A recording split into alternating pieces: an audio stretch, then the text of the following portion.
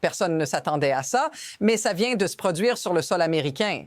À Minneapolis, l'ICE de Trump tente d'envahir le consulat de l'Équateur. Ce n'est pas juste une violation de la loi, c'est une violation flagrante du droit international, de la Convention de Vienne de 1963, qui interdit toute intrusion sans autorisation dans une mission diplomatique. Imaginez la scène, un agent de l'ICE qui essaie d'entrer de force. Les responsables du consulat se battent pour protéger les personnes à l'intérieur. Et voici la question qui vous concerne directement. Que se passe-t-il quand un gouvernement brise les règles que le monde a mises en place pour éviter le chaos? Ce détail précis change tout. Ce que cela suggère, c'est un point de rupture possible entre l'application de la loi intérieure et les limites imposées par le droit international. Et si cet épisode n'était pas un accident isolé, mais le signal d'autre chose qui est déjà en train de s'installer? Veux-tu que je continue vers la partie suivante? Ce qui s'est passé à Minneapolis n'est pas un simple incident local. C'est un point de friction majeur dans une dynamique mondiale où les lois internationales sont censées être inviolables. Imaginez une scène où, dans un moment de tension, un agent de l'ICE tente de pénétrer dans le consulat d'Équateur. Ce n'est pas une simple opération de police, c'est une tentative de violation des droits diplomatiques et des protections internationales. Mais pourquoi cet incident est-il si important? Cette tentative n'est pas isolée. Ce n'est qu'une partie d'un tableau beaucoup plus vaste, une guerre de mots et d'actions qui se joue sur plusieurs fronts, sur le sol américain, à l'échelle internationale et dans les bureaux de Washington. Comment une violation aussi évidente peut-elle passer inaperçue aux yeux du monde? Et pourquoi les États-Unis, autrefois défenseurs du droit international, semblent ignorer les principes qu'ils prêchent? Cela soulève des questions qui vont bien au-delà de ce seul incident. Des questions qui pourraient redéfinir ce que nous considérons comme acceptable dans la gestion des affaires diplomatiques et des droits humains à l'échelle mondiale. Mais voici la question la plus importante que vous n'entendez pas souvent. Que va-t-il se passer si ce genre de comportement devient la norme? Cela met en lumière un phénomène bien plus large. Ce n'est pas juste une question de diplomatie, c'est une question de respect des lois et de l'équilibre des pouvoirs. Et la vraie question est celle-ci. Jusqu'où sommes-nous prêts à aller avant de dire « stop » ? Regardez ce qui se passe après. Ce n'est pas juste un incident isolé. Quand l'ICE échoue à pénétrer le consulat, tout le monde pense que l'affaire est réglée. Mais non. Au lieu de cela, cela ouvre une porte à un véritable dérapage. En réponse, l'Équateur ne se contente pas de protester. Il dénonce violemment l'acte et rappelle que ce genre d'agression ne doit jamais se reproduire. Le gouvernement américain est officiellement mis en cause. Les tensions ne s'arrêtent pas là. Ces événements rappellent de plus en plus d'autres situations historiques, comme la militarisation des autorités et la manière dont certaines actions sont devenues normales, même lorsqu'elles violent les lois internationales. Ce genre de comportement n'aurait jamais dû passer inaperçu, et encore moins être perçu comme acceptable dans le contexte actuel. Mais voici ce qui devrait vous faire réagir. En quoi ce type de confrontation, qui semble isolée, peut avoir un effet de boule de neige bien plus grand qu'on ne le croit? Cela met en lumière un phénomène bien plus large. Ce n'est pas simplement une question de politique, c'est une question de système, de pouvoir et de contrôle.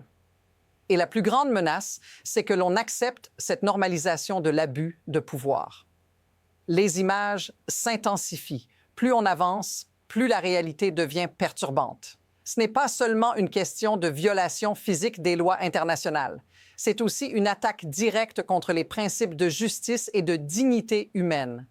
Les rapports qui émergent des centres de détention, où des dizaines de personnes sont entassées dans des cellules sans lit ni commodité, ne font qu'ajouter une couche de désespoir à un tableau déjà sombre. Mais il y a un autre angle. Plus on regarde de près, plus on réalise que la vraie violence n'est pas seulement dans les actions physiques. Elle réside aussi dans le silence et la complicité. Ce qui est en jeu ici, c'est bien plus qu'une simple protestation ou un incident isolé. C'est un effritement progressif des mécanismes de contrôle qui devraient, théoriquement, empêcher ce genre de dérive. En d'autres termes, ce système est non seulement dysfonctionnel, mais il devient aussi de plus en plus difficile à remettre en question. Et voilà la question qu'il est impossible d'ignorer. Comment une société peut-elle rester immobile face à des violations aussi flagrantes et délibérées des droits humains?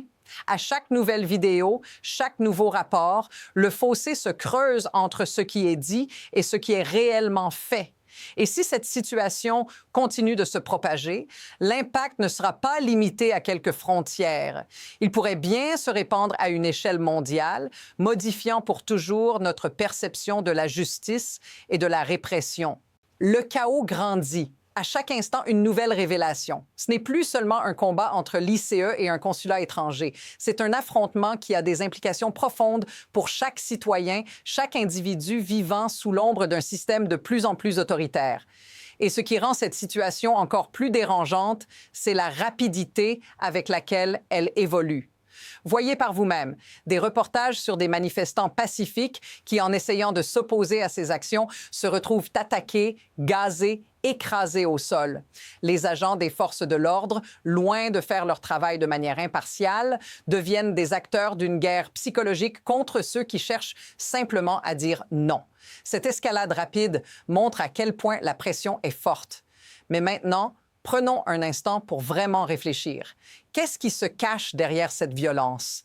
Pourquoi les autorités, au lieu de chercher une solution pacifique, semblent amplifier la situation? Le véritable danger ici n'est pas seulement l'émergence d'un régime autoritaire, c'est la culture qui l'instille. Une culture où la répression devient la réponse par défaut, où la résistance pacifique est vue comme une menace, où les voix dissidentes sont systématiquement muselées. Et une question persistante se pose. Quand tout semble si déséquilibré, quel est le prochain niveau de confrontation? Ce qui est en train de se jouer est bien plus qu'une simple confrontation. C'est une question de système en déclin. Le fait que des protestataires pacifiques soient brutalement attaqués, que des journalistes soient pris pour cible, que les avocats et les élus soient empêchés d'accéder aux centres de détention, tout cela témoigne d'un effondrement progressif des principes fondamentaux de liberté et de droit. À ce stade, il ne s'agit plus de savoir si le gouvernement va réagir. Il s'agit de comprendre comment ces événements vont se multiplier si personne ne les arrête. Les abus de pouvoir deviennent la norme et ce qui était autrefois considéré comme inacceptable devient presque banal. L'incapacité à tenir les responsables pour compte prépare le terrain pour une escalade. Mais ce qui est vraiment perturbant, c'est que, malgré tout cela, de nombreuses voix continuent de défendre cette politique. Ces voix ne sont pas seulement silencieuses face aux violations, elles les justifient, les soutiennent et souvent, elles cherchent même à les étendre. Il y a un glissement lent, mais certain, vers une acceptation de ce qui, auparavant, aurait été considéré comme totalement inacceptable. Et le plus troublant, c'est que cette acceptation ne semble même pas provoquer de résistance significative. Derrière cette violence et cette oppression, il y a un système qui fonctionne grâce à des leviers invisibles. Ce n'est pas une simple question de politique ou de mauvaises décisions individuelles, c'est un engrenage bien huilé où l'injustice est normalisée. Mais comment en sommes-nous arrivés là? Les mécanismes qui permettent à tout cela de se produire sont multiples. Il y a l'influence de l'argent, des médias et de la peur qui façonnent ce système. Mais il y a aussi la manière dont les responsables exploitent l'ignorance ou la passivité du public. Ces actes répressifs ne sont pas simplement le fruit de l'arbitraire, mais de stratégies minutieusement orchestrées basées sur la soumission de la population et l'obéissance aveugle à une autorité centrale. Ce système est tellement puissant parce qu'il s'alimente de lui-même. La peur engendre la soumission et la soumission renforce la peur. La vraie question à poser est, quand allons-nous voir à quel point ce système est déjà bien implanté, prêt à se déployer dans d'autres sphères? C'est là que le vrai danger réside. Non seulement ce système menace les individus, mais il est devenu une norme que l'on accepte silencieusement. Une norme qui déshumanise, qui écrase les libertés et qui prépare le terrain pour une société où les droits ne sont plus garantis pour personne. Ce n'est pas un futur incertain, c'est un futur qui est déjà en train de se former sous nos yeux. Deux trajectoires s'offrent à nous. La première, la continuation de cette dynamique. Si les actions du gouvernement ne sont pas arrêtées, si les responsables ne sont pas tenus pour compte, nous allons vers un monde où la répression sera systématique, où la frontière entre la loi et l'arbitraire s'effacera peu à peu. Les violations des droits humains deviendront banales. Et ce qui semblait impossible hier sera la norme demain. La deuxième trajectoire, la résistance. Elle peut commencer ici avec des mouvements pacifiques qui dénoncent les abus, qui exigent des comptes, qui refusent d'accepter l'inacceptable. Mais, et c'est là où tout se joue, cette résistance doit être plus qu'une réaction. Elle doit être un mouvement pour rétablir l'équilibre, pour reconstruire un système de justice véritable où chaque voix compte et où les lois internationales ne sont pas de simples papiers, mais des protections réelles. Mais voici la question à laquelle il est impossible de répondre avec certitude. Quelle trajectoire va-t-on choisir? Celle de la soumission ou celle de l'opposition? Et si la résistance s'intensifie, comment le système réagira-t-il? Nous sommes à un point tournant et la direction qu'on prendra dans les prochaines semaines et mois pourrait redéfinir le monde tel que nous le connaissons. Ce qui est en jeu ici dépasse largement les événements spécifiques de Minneapolis ou l'attaque contre le consulat de l'Équateur. Il s'agit d'une question fondamentale. Jusqu'où allons-nous accepter que les principes de justice et d'humanité soient érodés?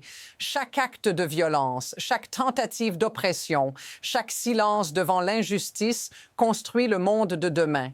Le véritable retournement dans cette histoire, celui qui nous échappe, est que les abus de pouvoir, au lieu de se limiter à des incidents isolés, deviennent une stratégie systématique. Un pouvoir qui commence par de petites violations, comme celle du consulat, puis se généralise. Et c'est là où le plus grand danger réside. Quand on commence à accepter l'inacceptable, il est déjà trop tard. La question qu'il faut se poser maintenant, quel monde allons-nous bâtir à partir de ce point de non-retour? La résistance, elle aussi, doit se transformer, se structurer et elle doit comprendre une vérité simple mais essentielle. Ce n'est pas simplement la justice qui est en jeu, c'est notre humanité. Si cette vidéo vous a interpellé, abonnez-vous et restez informés. Le prochain chapitre de cette histoire est déjà en train de se dessiner. Ne manquez pas l'analyse de ce qui pourrait bien arriver si rien n'est fait pour arrêter cette spirale de violence et d'impunité.